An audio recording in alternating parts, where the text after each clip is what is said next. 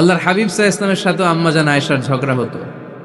মজার একটা হাদিস শুনেন, সহিহ বুখারীর হাদিস, মুসনাদে আহমদ ইবনে হাম্বলও এসেছে এই হাদিসটা। আম্মা জান আয়েশার সাথে ঝগড়ার পর আম্মা জান আয়েশাও রাগ, আল্লাহ রাসূল সাল্লাল্লাহু আলাইহি ওয়াসাল্লামও রাগ। এখন রাগ মিটানোর দরকার আছে না নাই? আল্লাহ রাসূল সাল্লাল্লাহু আলাইহি ওয়াসাল্লাম বললেন, আয়েশা চলো মিটমাট করে ফেলি। সুবহানাল্লাহ কইবেন না? চলো মিটমাট করি। তো কারে ডাকবো মিটমাটার জন্য? ওমর রে ডাকি। আম্মা জান আয়েশা বলে, না, ওমর গলিফ, ওমর খুব মেজাজ ওয়ালা, আমার ডর লাগে। তোমার আব্বারে ডাকি। আব্বারে ডাকেন। আব্বারে ডাকেন। খুশি হয়ে গেছেন আম্মা জান আয়েশা রাদিয়াল্লাহু। আবু বকর রাদিয়াল্লাহু চলে আসলেন, দাঁড়ালেন। এবার বিষ্ণু সাল্লাল্লাহু আলাইহি ওয়াসাল্লাম বললেন, তাতাকাল্লিমিন আও আতাকাল্লাম, কি ঘটছে আমাদের মাঝে, তুমি বলবা না আমি বলবো? আম্মা জান আয়েশা বললেন, তাতাকাল্লামু আনতা ওয়ালা তাকুল ইল্লা হাক্কান, আপনিই বলেন তবে সত্য ছাড়া মিথ্যা বলেন না। আবু বকর রাদিয়াল্লাহু তাআলা আনহু শুনে রেগে গেলেন, কি এ কেমন কথা তোমার? নবীকে উদ্দেশ্য করে তুমি বলছো সত্য ছাড়া মিথ্যা বলবেন না, নবী কখনো মিথ্যা বলবে নাকি? রেগে মেয়ের গায়ে মেরেছে এক চড়। চোর খেয়ে আম্মা জান আয়েশা উল্টে পড়ে গেলেন। সাইয়েদানা আবু বকর রাদিয়াল্লাহু তাআলা আনহু রেগে গড়গড় করতে লাগলেন, আবার মারার জন্য উদ্যত হলেন। আম্মা জান আয়েশা রাদিয়াল্লাহু তাআলা আনহু বাঁচার জন্য এবার বিশ্বনবীর পিছনে যে আশ্রয় নিলেন। সুবহানাল্লাহ পড়বেন না? বিশ্বনবী সাইয়েদানা আবু বকরের সামনে দুই হাত মেলে ভেবে দাঁড়িয়ে গেলেন। আল্লাহর হাবিব যখন আম্মা জান আয়েশাকে বাঁচানোর জন্য দুই হাত উঁচু করে দাঁড়িয়ে গেলেন, সাইয়েদানা আবু বকর থেমে গেলেন। সাইয়েদানা আবু বকর এই পরিস্থিতি দেখে ঘর থেকে বের হয়ে ঘরের বাইরে দাঁড়ালেন। এবার আল্লাহর রাসূল সাল্লাল্লাহু আলাইহি ওয়াসাল্লাম আম্মা জান আয়েশাকে তুললেন, বললেন, ইয়া আয়েশা কাইফা রাআইতিনি আনকাসতুকি মিনার রাজুল, দেখলা নাকি কেমন করে আমি তোমার বাবার হাত থেকে তোমারে বাঁচালাম?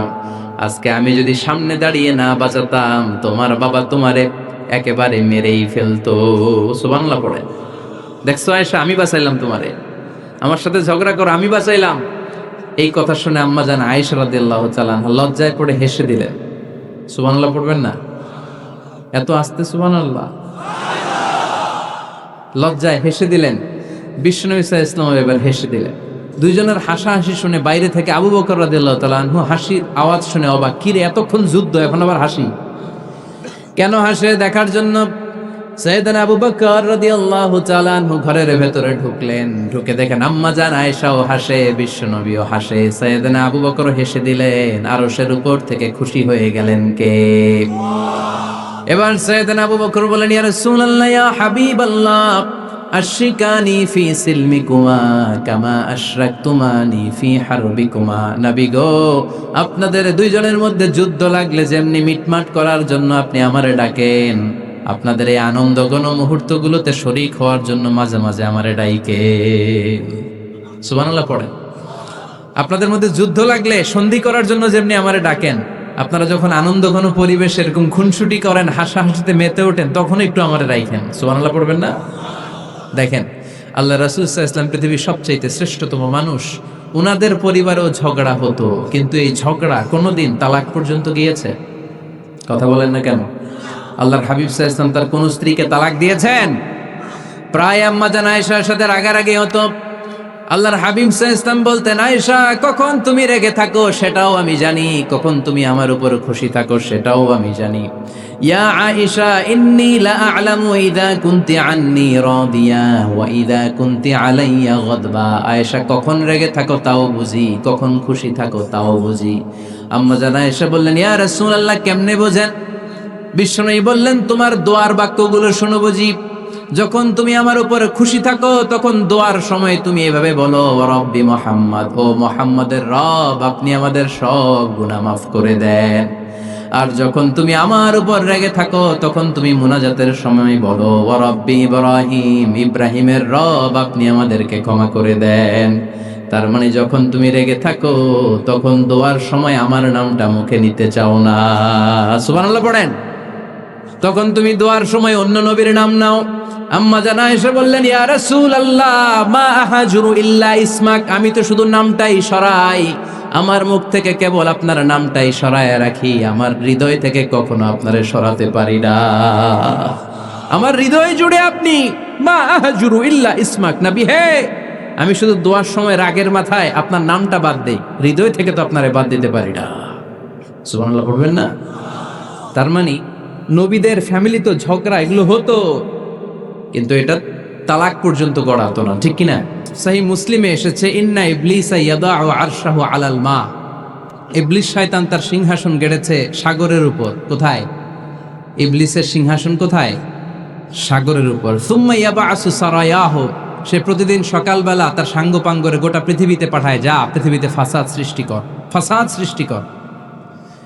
ইবলিস যখন সাঙ্গপাঙ্গদেরকে গোটা পৃথিবীতে ছড়িয়ে দেয়, সারাদিন ধোকা দেওয়ার পরে, ওয়াসওয়াসা দেওয়ার পরে, রাত্রিবেলা ইবলিসের কাছে ফিরে আসে, এসে বলে, ও ইবলিস, আমি আজকে আল্লাহর বান্দাদেরকে দিয়ে মিথ্যা কথা বলিয়েছি। ইবলিস বলে, এটা তো কোনো ব্যাপারই না, এগুলোই তো তোদের কাজ। আরেক শয়তান বলে, আমি ওজনে কম দিয়েছি একজনের মাধ্যমে বাজারে। ইবলিস বলে, এটাও তেমন বড় কোনো কাজ নয়। আরেকজন বলে, আমি সুদের ডিলিংস করিয়েছি। ইবলিস বলে, এটাও কোনো কাজ নয়। আরেক শয়তান বলে, আমি মদের আড্ডাখানায় নিয়ে মসজিদে যেতে নিয়েছিল, সেখান থেকে সরিয়ে মদের আড্ডাখানায় আল্লাহর বান্দাদেরকে নিয়েছি।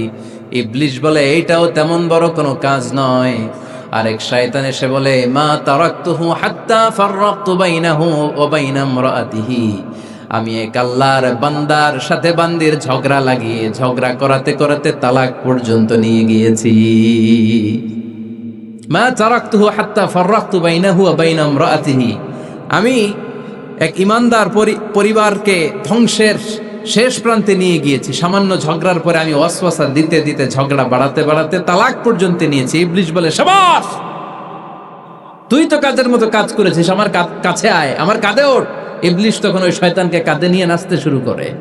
নাউজুবিল্লাহ পড়বেন না? এজন্য ইমানদারদের সংসার ভেঙে খান খান হোক, এটা হলে ইবলিস খুশি, আর ইমানদারের পরিবার টিকে থাকলে আমার আল্লাহ খুশি। আমরা কার খুশি চাই? এজন্য শয়তানরে খুশি হতে দেওয়া যাবে না। ইমানদারদের পরিবারগুলো ঝগড়ার মাধ্যমে ভেঙে যাক, সব সময় শয়তানের মিশন এটা। আর ইমানদারদের পরিবারগুলো টিকে থাক, এটা আমার আল্লাহ সব সময় চায়। সুবহানাল্লাহ পড়েন। এজন্য ঝগড়া করবেন না। এক স্বামী ওয়াজ শুনে বাড়িতে গেছে রাত 11টায়। তো বাড়ির কাছাকাছি যেতে না যেতে, স্ত্রীর আবার স্বভাব হচ্ছে রাতের খাবারটা স্বামীর সাথে একসাথে খায়, আলাদা খায় না। তো বাড়ির সামনে যেই স্বামী ফোন দিছে ওয়াইফকে, এই শুরু করার আগে দরজাটা খোলো, আমি চলে আসছি। তো ওয়াইফ এসে দরজা খুলে দিছে। এবার স্বামী ঘরে ঢুকে বলে, শুরু করার আগে রাতের খাবারটা দিয়ে দাও টেবিলে, খেয়ে ফেলি। স্ত্রী বেচারি ডাইনিং টেবিলে খাবার দিয়েছে, হাজব্যান্ড বেচারা ওয়াশরুম থেকে ফ্রেশ হয়ে ডাইনিং টেবিলে বসেছে, স্ত্রীও বসেছে। তো খুব বড্ড গরম। হাজব্যান্ড বলে, শুরু করার আগে ফ্যানটা ছাড়ো। এইবার তো স্ত্রী বেচারি রেগে মেগে আগুন, কি আসার পর থেকে শুরু করার আগে, শুরু করার আগে, কি শুরু করার আগে? হাজব্যান্ড বলে, এই তো শুরু হয়ে গেল। মানে কি? ঝগড়া। মানে কি? ঝগড়া। প্রিয় ভাইয়েরা, ঝগড়া করবেন না। স্বামী রেগে গেলে স্ত্রী চুপ থাকবেন, স্ত্রী রেগে গেলে স্বামী চুপ থাকবেন।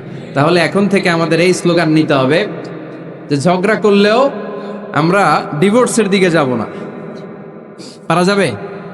আর একজন রেগে গেলে আরেকজনকে চুপ থাকতে হবে। ভাবি রেগে গেলে আপনি চুপ, পারবেন? পারবেন না? ইনশাআল্লাহ।